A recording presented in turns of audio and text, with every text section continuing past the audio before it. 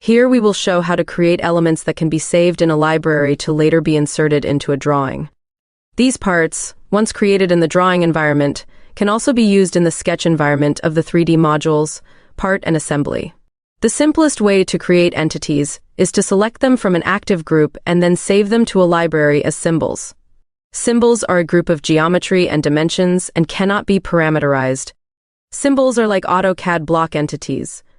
Let's open a 2D solid face drawing. For example, the Model 2 drawing, which is part of the product's sample list. Enabling passive color viewing. And with a double click, activate the group that contains this axis. Selecting the axis by an area selection.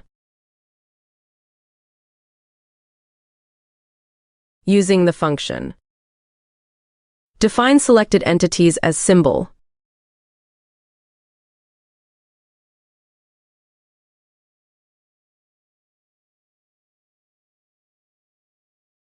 Define the symbol with the name S1.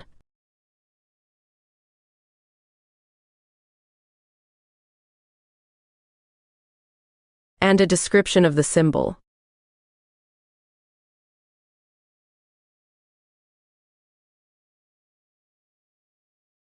Symbols can be inserted into the same or another drawing. Opening the Model 1 drawing from the Solid Face Samples folder. Let's insert this symbol into a group of this drawing, selecting the symbol, and positioning it.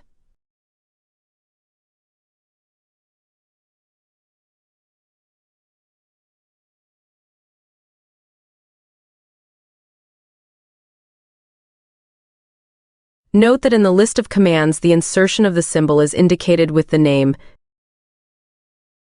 By clicking on its content, the symbol can be selected. Another way to select a part or symbol is to right-click the quick menu and activate the special selection option and choosing Select 2D Part.